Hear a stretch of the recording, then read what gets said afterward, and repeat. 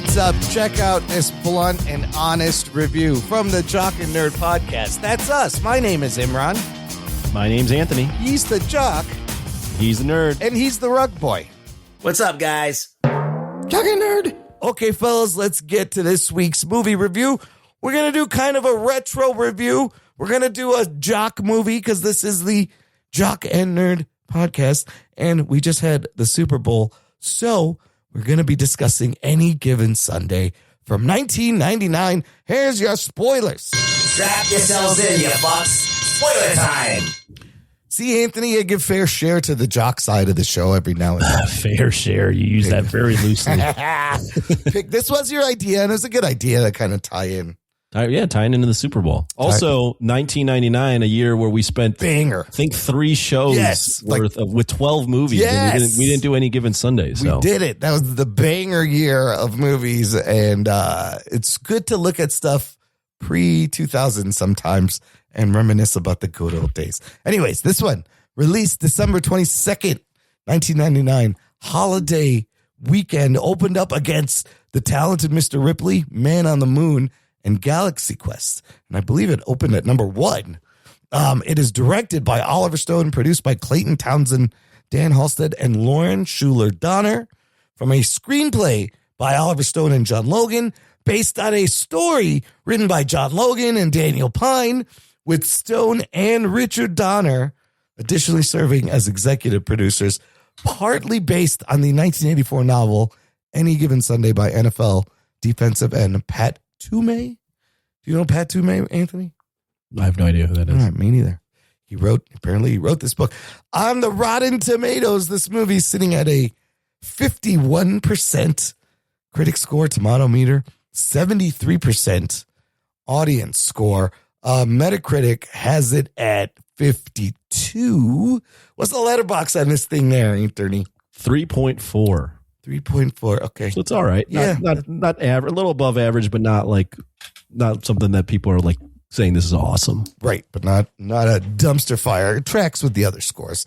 The movie was made for an estimated $55 million and takes internationally $100 million worldwide, $75 million domestic, which I believe in 99 for a $55 million movie, that's like good.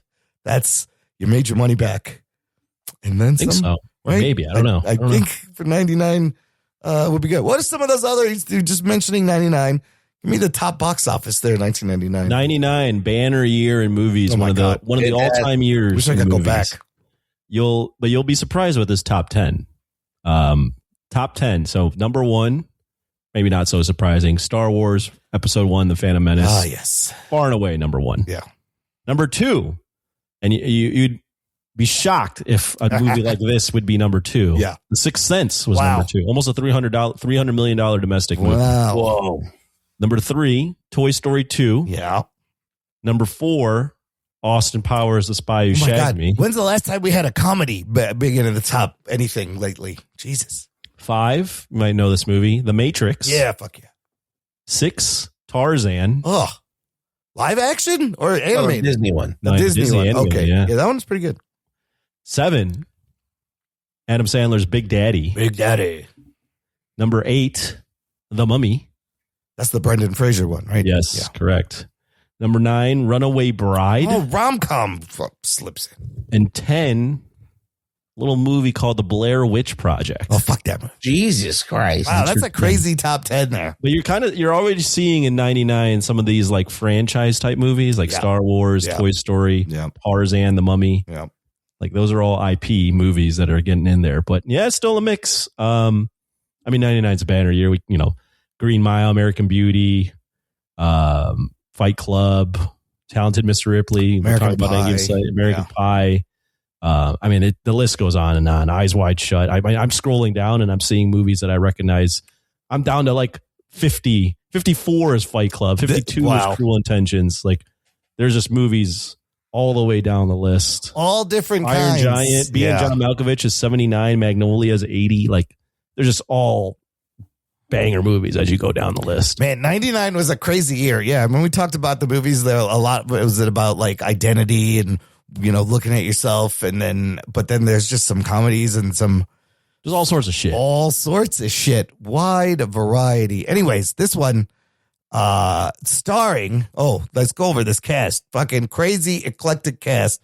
That includes Al Pacino, Cameron Diaz, Dennis Quaid, Jamie Foxx, James Woods, LL Cool J, Anne Margaret, Lauren Holly, Matthew Modine, John C. McGinley, Charlton Heston is in this, Bill Bellamy, Layla Rashawn, Aaron Eckhart, Elizabeth Berkley. You got NFL players in this, Jim Brown, Lawrence Taylor. You got cameos from other football players, including, you see Dick Butkus.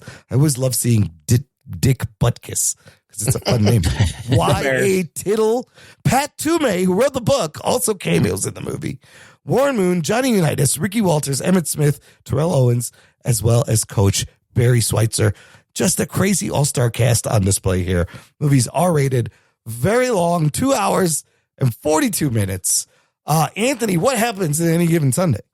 Oh, man. Any Given Sunday is about a football team in Miami called the Miami Sharks in a competing football league that is in the middle of their season, and they're on a losing streak, and their top quarterback gets hurt, and a new young rookie comes in, and it follows this team with this coach that's on the older side and an owner that's young and is fighting with the coach. There's just a lot of drama around this team. Yeah. The best way to describe it is just they're following this team's drama throughout the rest of their season.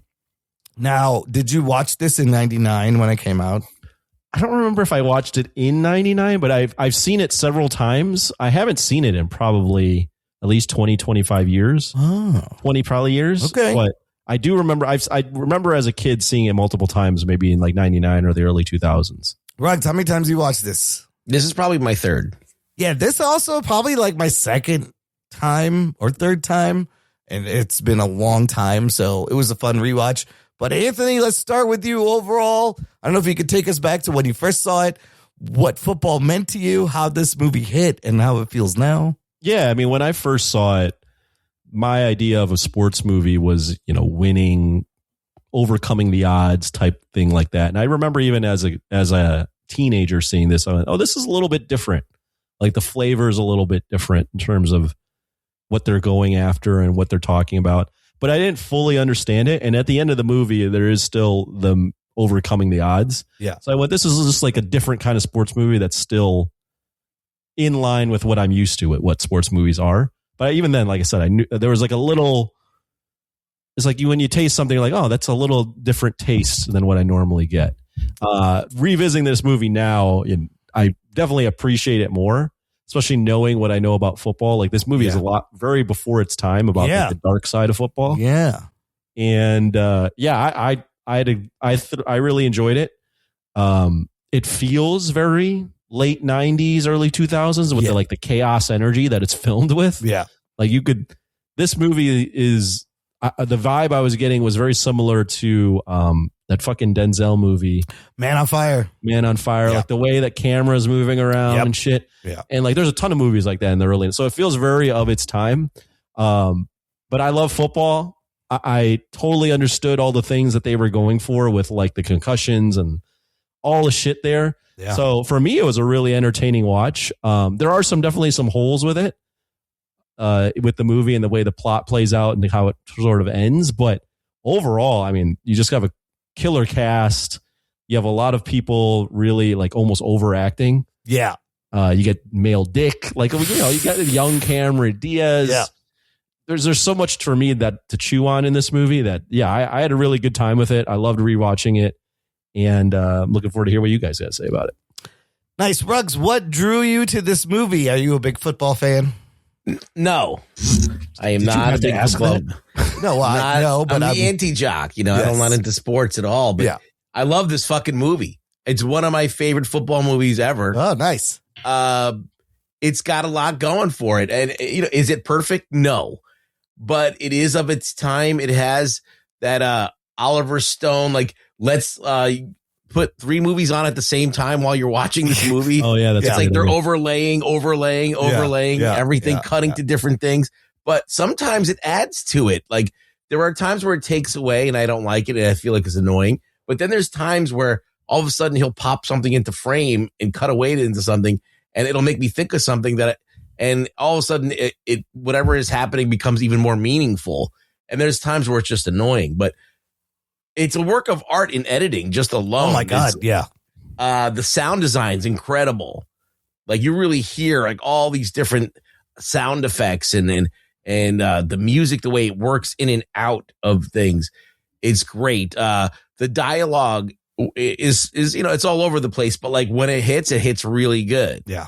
There's these allegories to gladiators and people who die for the sport and like all that stuff. It becomes like it feels like you're in a war. Yep.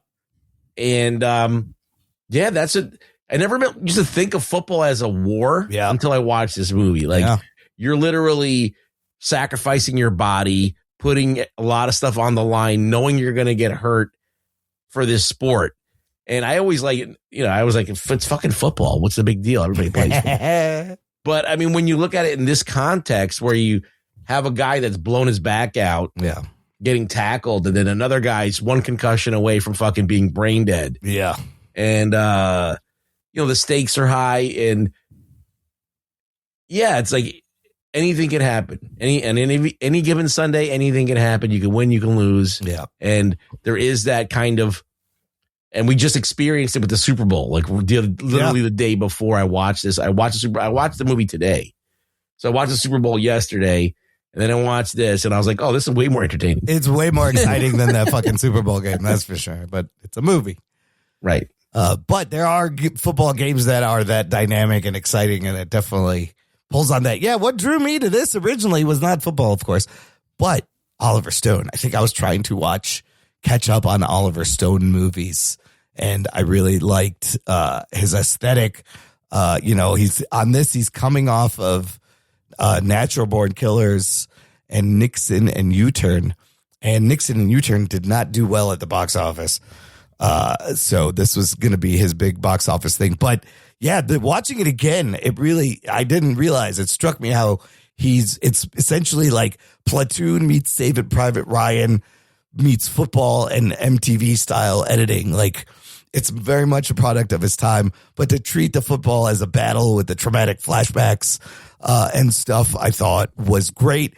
And his style is so crazy. Just thinking how they shot all this, although I don't think anybody shot football like this before.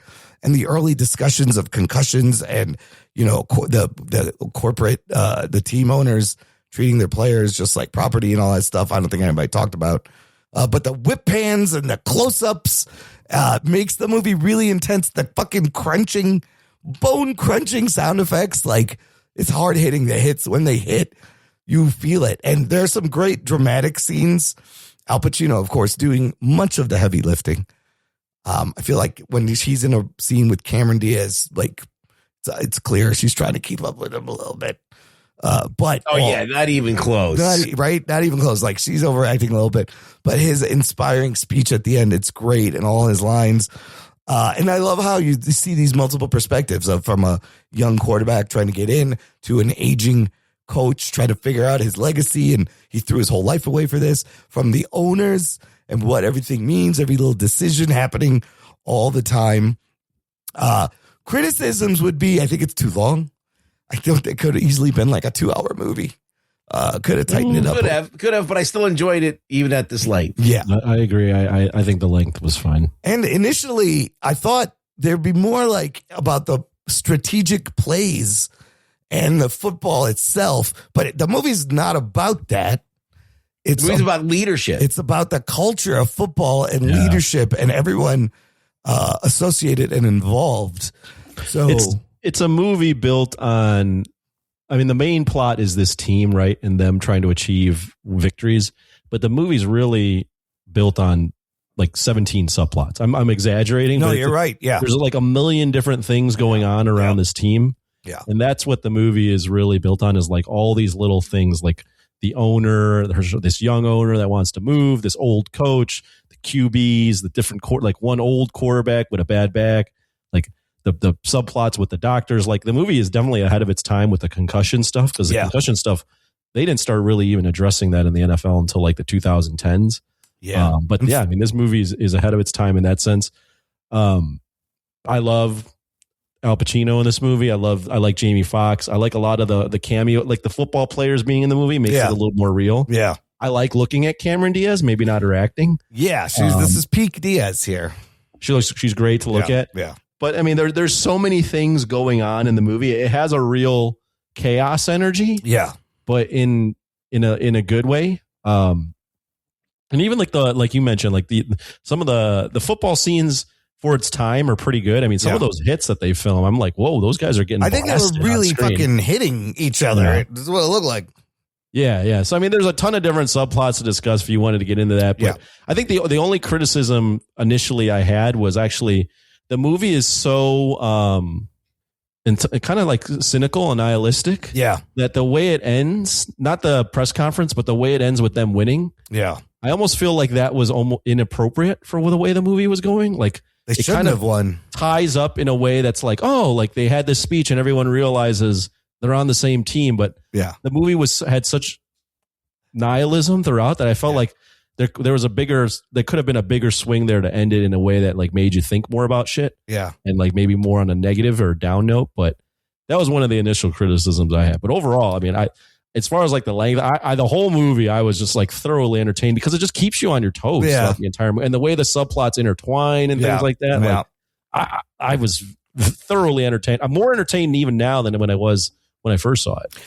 One of the other most impressive things for me, even when I saw it originally, is the production design and the fact that the NFL refused to let Oliver Stone use any of their team logos. They didn't want to touch him with a 10-foot pole. So this production team designs logos, uniforms, the way they shot the scenes that look like they were in a full arena and actual. Well, that's the Orange Bowl in Miami. The shot during in that stadium, even the practices and the games all felt like I was just thinking about staging this, like all the little things, the reporters up in the skybox, on the sidelines, all the photographers, the fans, the cheerleaders dancing, then the party scenes. Like this editor, you definitely should have got a nomination because I feel like they just shot, I believe the first cut was 5.5 hours. Like you're watching like 5 movies in the span of one movie. It's almost documentary-like, and they're just letting him do this shit. And how cramming all the stuff in there. How he assembled this puzzle is very impressive because you feel like these were shot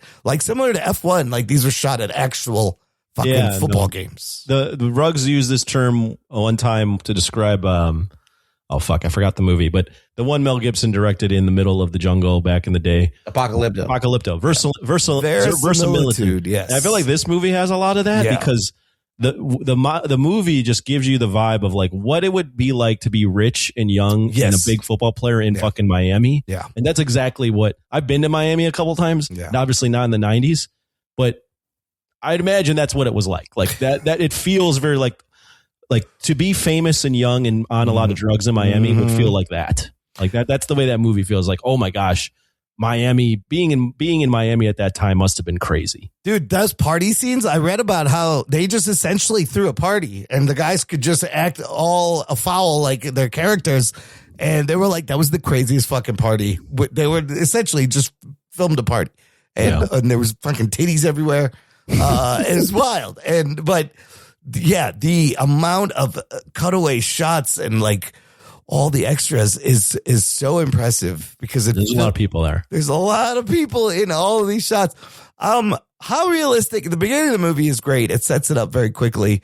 The first string quarterback gets down. Second string quarterback goes down. They got to put in Willie Beeman, who throws up before his first play. And that's great because it becomes a tradition. But how realistic is that, Anthony? Both fucking... the third string quarterback is going to...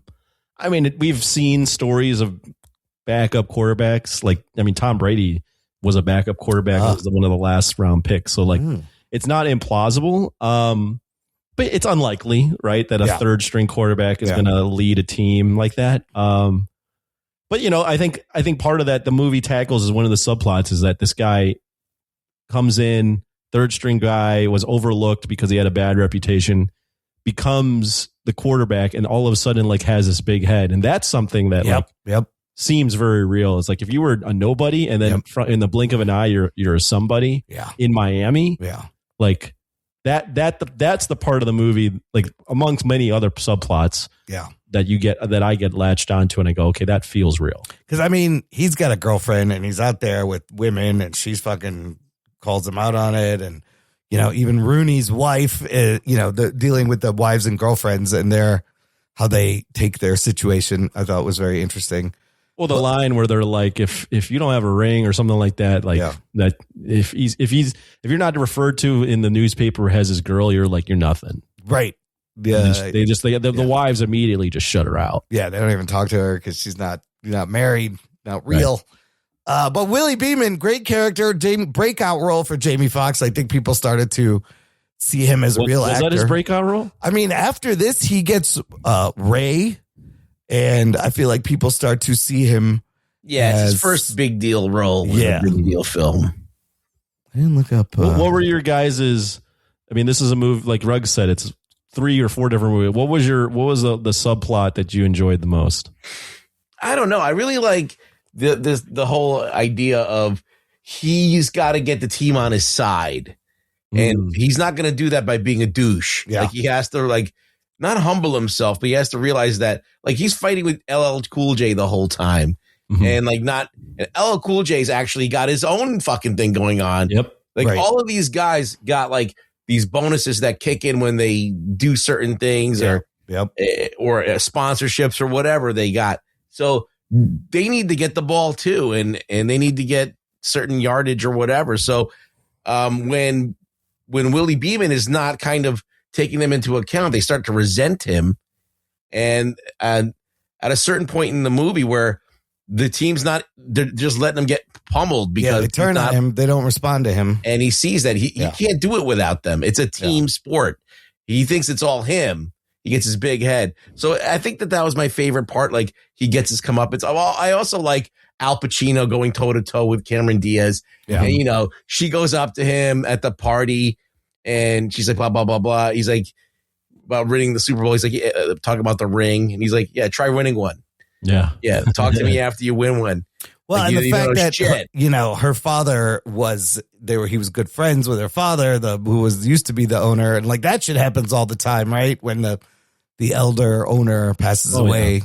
Oh yeah. You don't know what's going to happen. I really enjoyed that subplot too, Ruggs, the dynamic between the young owner and her trying to like make her mark. Yeah. And I think like that they mentioned that she went to either Cornell or something. It's like she's this like Ivy League grad and inherits her team and she wants to make a stamp on it. And then like there's the dynamic with her and Al Pacino's character, Tony, the young owner versus the old way versus the new way. But then also there's the subplot where she's like fighting with Miami to like get more funding for the stadium and she's threatening to move them to LA. Oh, right. I just thought the politics of that owner situation amongst all, I mean, I liked every subplot to be honest. Yeah. But I thought that one for me was every time Cameron, maybe because I think Cameron Diaz was really hot back then. Anytime she was on screen with Al Pacino, I was enjoying it. What about you, Ron? I mean, the Willie Beeman thing was great. Where else the coach like, does this guy know any of the plays? He doesn't know. He's making shit up. He's changing shit in the huddle. But then, the comeuppance is great when he realizes he's got to be a team player. With like you guys, I liked all the subplots. Al Pacino's older coach is great. The doctor I thought also was interesting, making James Woods, making the guy play hurt. Sitting out Rooney, the quarterback, but putting in Shark. He's just a stooge, so he's just doing whatever they tell him. He's doing whatever he thinks going to make the team win or make the money. He doesn't give a shit about their health, right? And even Shark is like, give me one of them cortisone shots, I'll be fine. The players, what they risk their body to get things done. But the Al Pacino picking up Elizabeth Berkley, I thought was would you pay for what was $1,000 for an hour? So here's the question. Yes, Elizabeth Berkley, $1,000 for an hour or $5,000 for the night. And I'm going to say that's a fucking steal. I would take that shit all day. I'd do the 1,000. I'd even do the 1,000. I mean, if you got the money, $5K for Liz Berkeley in her prime, kind of. If you're a rich Al Pacino. No, she's 4 years past Showgirl. Fuck, that's a deal. Well, it is fun. Like, we're talking about it in a funny way, but like the life of an NFL coach can be quite lonely, because these guys in season are they're working 7 days a week. They're working 14, 15 hours. I'd imagine a lot of these guys are sacrificing time with their family or even like driving their family away. And it's clear to me in this movie that they're basically saying that like his life has been devoted so much to football that it ruined his personal life. And he's actually like a really lonely guy outside of the job, which is common. You don't see that. Like, there's probably not brought up a lot back then, but like that's very well known now, is that these guys are like basically sacrificing all their life for this. Yeah, you got to be like Belichick, and you're like late, whatever. Yeah, that's when. I mean, he finally has time for the young girls, because he's finally he blew his whole life. What about John C. McGinley's sports reporter? That guy was kind of annoying. But he is annoying. He has an annoying face. Yeah. And every time I see that guy, all I think about is, what is it you do here? From Office Space. He's great.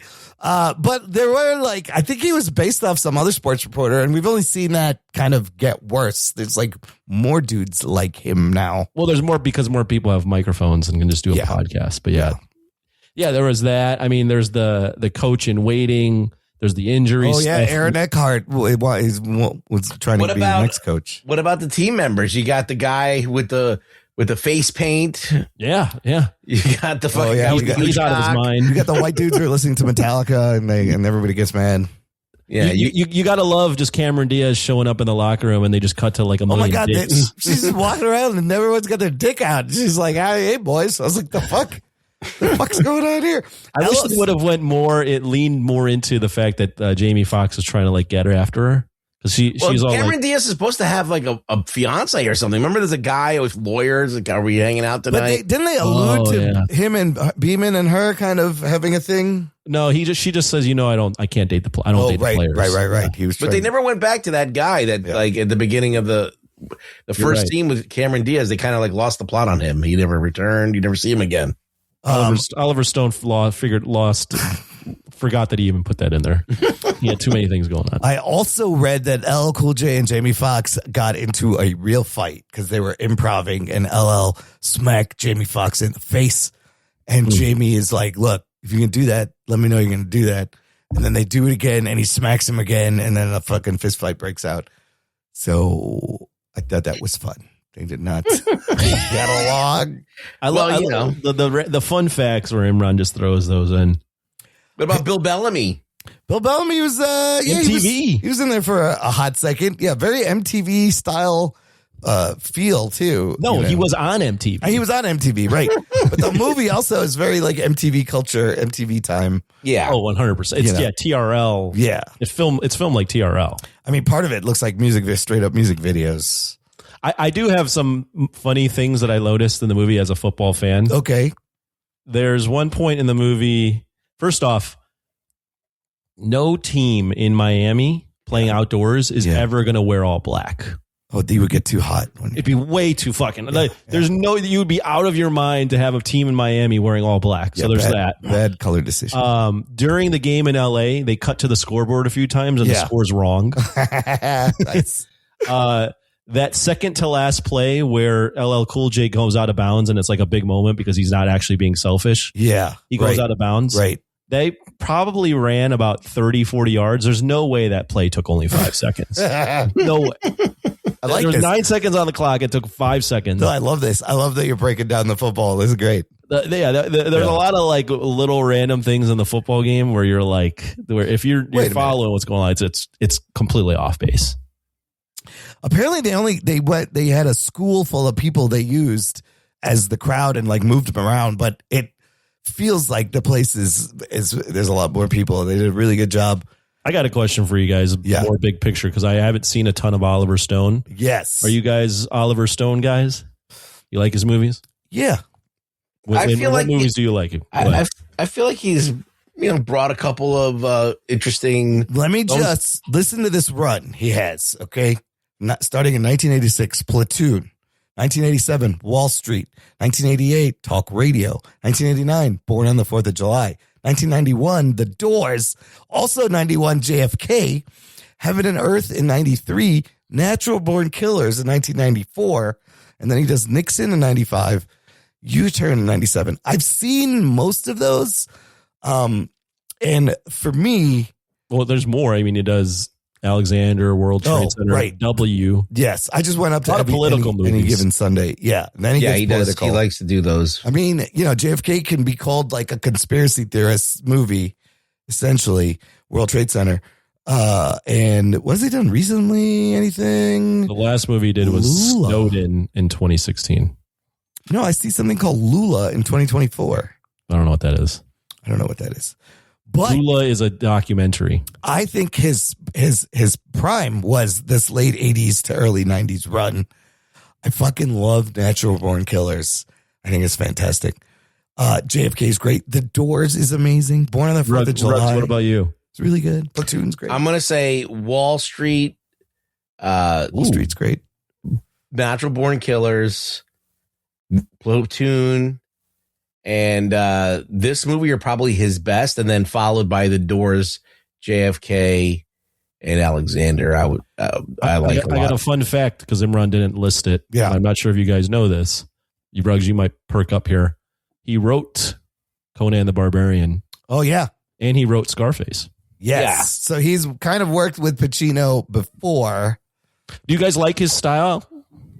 Well, his style changes from movie to movie. It does. But this is like his most MTV frenetic movie that he has. Like Wall Street's not like that, and Natural Born Killers is a little bit like that. Natural Born Killers is a lot like that. Yes. Yeah. And JFK is similar with kind of the tension and the whip hands. So like this Platoon feels like his best, or like the one that got the most cinephile buzz. And it was a huge topic, Yeah. Was the magic bullet and the theories and everything. Val Kilmer kills it as The Doors. Is not about the magic bullet. What are you talking about? No, you're saying Platoon. I thought you were talking about JFK. No. Platoon was, I think it won Best Picture that year. Yeah. JFK also got a lot of nominations. Like that was a huge movie. I mean, Platoon's a good movie too. My God, Tom Cruise in Born on the 4th of July. He worked with Cruise, so he got him on there. Yeah. Yeah, Nixon was actually pretty good. Anthony Hopkins as Richard Nixon is really fucking good. I kind of like that movie. And then I remember I watched U-Turn. It's very forgettable. But it's not his best movie. W I haven't seen. That's Brolin as George W. As George. Yeah, so he's the Nixon, JFK, and fucking W. It's very interesting. But this movie, I think it's. I think it seems more of an outlier compared to what he usually does. Yeah. I don't think it's one of his best movies, but it is one of his better movies. I like this movie a lot for him. I mean, he does more like, political, historical movies. This is more of a fantasy, but it's more got some reality into it, but it's more accessible. It's more mainstream topic. It is in line with what he does in terms of uncovering the dark side of things. Yes. Right. Yes. A lot of his movies, Born on the 4th of July, Platoon, Yep. All those political movies. In this, you can throw those all in the same basket as far as he likes to explore the not so fun side of what we're talking about, or the conspiracy side or something like that. And he's adding in his war movie experience, kind of turning it into a war type movie. Yeah, I haven't seen a ton of Oliver Stone, so I know you guys are more refined with your taste. So I was curious. If you've never seen Natural Born Killers, I highly recommend that you just watch that movie. It is batshit crazy. It's so great. But no, there are some classic Oliver Stone movies you must watch if you are into movies. Where is he at on the man? Because we were talking about older guys. He's how old is he now? He's 79. So of that generation, is he tier 1, tier 2? Where would you guys personally rank him? Same age. As Spielberg. He doesn't make my favorite kind of movie, which is an action movie or a big budget blockbuster. His movies are more about story and characters and history. So but if you're putting it in that context, who does the best historically based movies? I think that he's one of the best ones out there. He's up there as In legendary. this genre. Yeah. Like how many legendary people, directors. like he went into like Vietnam like no one else did. You know, it's like him and Apocalypse Now. These are the two movies, right? That you watch. Full Metal Jacket, maybe, but like, is that Vietnam? I don't even know what that is. I think so. Yeah. Yeah. So it's like, those are the movies. Those like the top 3 Vietnam movies or whatever. He's in there. So I think it's super influential, and definitely he's up there. He's made a lot of president movies. He made a lot of president movies. I would say not having seen his movies, but just following, I'd say he's probably like a tier 2. Like I don't think he's up at top tier. Yeah, high tier 2. Yes. Well, like tier 1 would be like your Scorsese, your Spielberg. Yeah. Francis Ford Coppola before he went nuts. And then like I feel like what's his name? Oliver Stone's like at that tier 2 with like maybe sitting around with like Ridley Scott, like kind of in that basket. Yeah, I mean, I could almost see him squeezing into tier 1, but I think high tier 2 is probably accurate. It's not a bad place to be. No, I mean, this movie influenced like Friday Night Lights and a bunch of other football movies. So he's clearly influential, and he's talking about things people didn't talk about then, but they talk about now. Yeah, a lot. Here's some fun alternate castings for the movie. Imagine this. He originally wanted Robert De Niro instead of Al Pacino. Oh, really? Yeah. As if they're not like they wouldn't have gotten a very similar performance. It would have been the same thing. De Niro, too expensive. So, Al was a discount. Al was a discount, apparently. Really? Yeah. De Niro was too expensive, so they didn't go with him. They wanted George Clooney for the Dennis Quaid role of Cap quarterback Rooney. Clooney turned it down because he wanted it to be more about him, I think. They wanted Will Smith for the Willie Beeman role originally. Will Smith was not interested. I think he made some other shitty movie. Here's the craziest thing. They wanted fucking P. Diddy for Beeman. Sean Combs was considered even so they threw like a whole NFL combine and auditioned everyone like they would audition football players. Sean Combs comes down with his whole entourage. He's very disruptive. They saw him throw, and what did this guy, Andrew Berniarski, who was there, goes, Puff Daddy threw like a girl. So they put him on a plane. Essentially, the reason, can you imagine? Puff Daddy almost would have been, Jamie Foxx's career would have went a different direction. You would have had to delete this fucking movie fucking 30 years later, 20 years later, whatever. But I'm so glad they didn't choose P. Diddy. I don't think he can act. No, Jamie Foxx, I think, was a good choice. Jamie Foxx actually is really good in this movie. Like, I felt for one of his first movie roles, like he did a really good job. But every scene Pacino has with someone where they're just exchanging lines, the drama of it is fantastic, and it's so good. Al Pacino is so good in this. So what do you think about the idea that Oliver Stone is really his movies are just coke fests when they're making them? They're always like just doing amazing amounts of blow when they're doing these. movies. You kind of see it in the kinetic energy. How else do you get the fucking camera? My answer would be, not surprised. They got a shit ton. Like every time I read like the history of an Oliver Stone film, is like everybody was like Alexander, the movie Alexander. Like they're talking about how much drugs Colin Farrell was on through the whole. Well, and then I read a bunch of things, and Oliver Stone is known for just being a chaos energy on set all the time, and somehow the movie gets put together, and they're just you definitely feel it. You feel it during his movies, that energy, or at least for this one. Yeah. Well, it's better than having no energy, I guess. It feels like your head is spinning in circles. Oh yeah, movie. Yeah. It's just cut, smash, cut, whip, pan, close up. I enjoyed it. I love it. I didn't watch it all in one sitting. And normally when I do that, I can't get back into the movie as quickly. Yeah. But I split it in half, and I watched part of it Saturday, one part of it Sunday. That's and right good. When I turned it on Sunday, I was right back in. I was like, I'm in. I was like, I just snorted this. I'm back in this. I'm ready to go for another hour. The inches are all around us. I mean, that's got to be like the best fucking sports fucking speech. Nah, that's not the best. No, it's a good one, but it's. I mean, this is where we live. People still quote that. People still quote the like you got to fight for every inch type thing. But I wouldn't say it's the best speech. Rocky's had some good speeches. Rocky has a good speech. Yeah. Rocky, there's a lot of the Rocky speeches to when he yells at his son in Rocky Balboa. that was when his son is like embarrassed of him, and that's a good speech. I like in Rocky 4 when he talks about how for Drago to win, he's going to have to kill him, and if Drago's going to kill him, then he's going to have to be willing to die by himself in there, and that I don't know if he's ready to do that. And Adrian's like, you can't win. the speech in Godzilla -1 before they go out and fight. Godzilla that's great also too. fantastic. Oh yeah, that's great. That's not sports. I know. I'm just throwing things out there. Was the fight? It's a game of inches or fight for every inch. Was that already in like football vernacular before this? Or was that football. Like a thing? One of the things about football is it's a game of inches. Right. So yeah, that was in vernacular. He just picked up on that, but the Any Given Sunday, I guess, is a line. I was just waiting for Al to be like, "Hey, my little friend, here comes the pain." No, he didn't do any of that. I mean, I'm reloading. He could have used another iconic line here or there, maybe. How long has it been since you watched Carlito's Way? Carlito's Way. I've only seen that like one time. I will watch that. It is very good.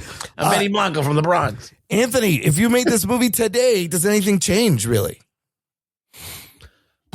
No, you could keep a lot of that stuff. Right? I mean, a lot of it. The injury stuff isn't as prevalent now. What about the penis? There's still a lot of penis. There's a lot of penis. You could probably do like a. If James Gunn is involved. If James Gunn is involved. James, I don't know what that looks like. That'd be weirder than Fincher doing a Quentin. No, in Peacemaker, there was a lot of penis. Oh, that's right. True, yeah. It's like that scene. The penis wasn't as I mean, prevalent though. Nobody was doing the fucking windmill, so yeah. It was just the windmill. Complete side tangent, but seeing what was that movie, Bruno, in the movie theater? Oh yes, being in the second or third row for that showing, and the windmill of the penis. His dick is out the whole time. Unforgettable moment. That's a great dick moment in the movie. Again, Mr. Dick. Someone's got to make this website. I need timestamps every time there's a dick in a movie. And what happens? So essentially, football hasn't changed. It's largely the same kind of similar. I mean, it's not as there's some dark shit in the football still. Yeah, you could definitely pull this off and put a modern spin on it, and a lot of the stuff probably would be very similar. Yeah, I mean, I feel like you can add more like gambling shit into it now and stuff. Yeah, and I mean the stakes of football, if anything, like the stakes of football have just gotten bigger and bigger. So part of it, though, like you guys mentioned earlier, is a little overly serious. Like I did chuckle when Dennis Quaid's in the bed, the hospital bed, and he's like, "Come on, man, I'm a football player. I gotta get the." I'm like, really? Come on, a little bit. Some of it's a little melodramatic. Well, the scene where he's arguing with his wife. Yeah, she slaps him. Yeah, she slaps him and she's telling him she has to play football. To me, that seemed a little unrealistic. A lot of football people want their husbands and people to get out of the sport if they're that banged up. Yeah, he's not like, bitch, did you just smack me? What the fuck? Who's paying the bills around here? She's hot too. That actress. Who was that? That's Lauren Holly. She's from Dumb and Dumber. That's the Lauren Holly. Yes. Oh, yeah. So you're saying there's a chance. Yeah. Samsonite. That's what it was. Okay. Anyways, let's give me a number, and then you can rank it amongst Oliver Stone movies you've seen or where you think. Anthony. Well, it's number one for me because I literally haven't seen any other Oliver Stone. Oh my God, movies. You got to catch up, Anthony Roman Polanski. I know. I'm going to give this a strong 8 out of 10. I thoroughly enjoyed it. Like I said, I do have a problem with the ending. I think it ends. It kind of wraps up in a way, like in a tidy bow. Oh wait, yeah. Go through that. What happens in the end? It's the championship game that going to the Super Bowl, right? They're in though. I don't think it's a championship game. I think they're just in the playoffs. They win that game, And then it cuts to later on when the season's already over, and I think they lost in the championship game to go to the playoffs. The Pantheon Cup, they lost, right? I think they lost to the game before that. We might have to double check that. Okay. But anyways, the whole movie, she's been trying to push him out. Right. So then they held this press conference where they're like saying graciously goodbye and thank you for everything. And then he gives a speech and basically says, by the way, I'm coaching a new expansion team and I'm taking Willie Beeman with me. Oh, I'm not done. Right. Yeah. So I don't know. What's an expansion team?